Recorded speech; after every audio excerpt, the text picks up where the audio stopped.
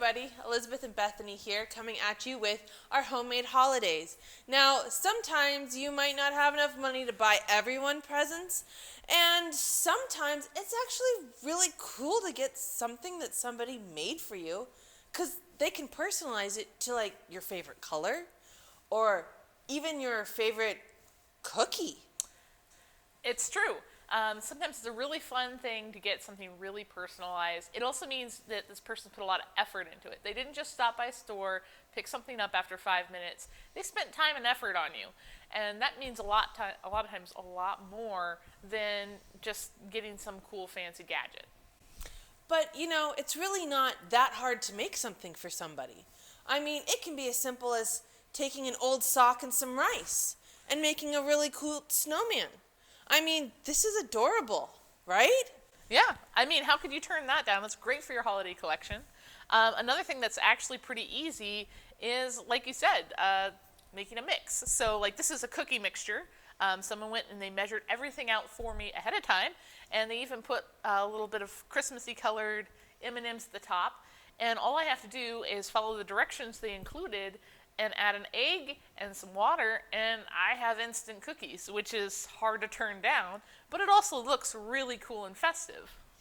And then if you like to knit or crochet, making a simple scarf or these really cool little hand mittens, these are pretty fun. You can also, there's patterns that you can download online that have recycled wool sweaters that you can make into mittens and to hats. Yeah. It's really easy to make a polar fleece hat for somebody. Come on, who doesn't need more hats when it's this cold in Alaska? Speaking of when it's really cold, guys, another thing that's really fun to do and really easy, you don't even have to have a sewing machine, is to make a heating pad. So usually you can fill these with like corn or rice or barley, and you just sew it into like a little bag shape. And depending on how many you want, this one has like 3 little ones, so I can make it like really nice and cozy. But then you just heat it up in the microwave, and you can reuse it over and over again.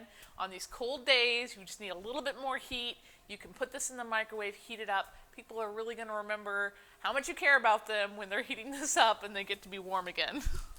Well, and what was really cool, what we also found from the Cooperative Extension Services, is they have a make-your-own mix. So if you're looking for ideas for this really cool jar, you don't have to do just cookies. You can do bean soup. You can do gravy.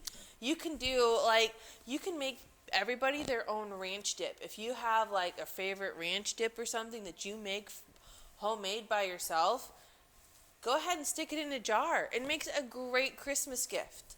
This is also really good because if you know anybody that has allergies, you can make this mix specifically for their allergies so that they can have an Instamix that is actually something that they can have. Because sometimes that can be really hard, especially with cookies if you have an egg allergy. The fact that somebody thought it through and now you can make your cookies really easy and quick, but they're also being aware of your allergy. So that's really helpful too. Yeah, another cool thing is sometimes they sell those kits where you can make your own knotted blanket. That's also a really fun, cool, and easy project to do. One of the things that I like to do, which I forgot to bring in, was I like to make pillowcases for people.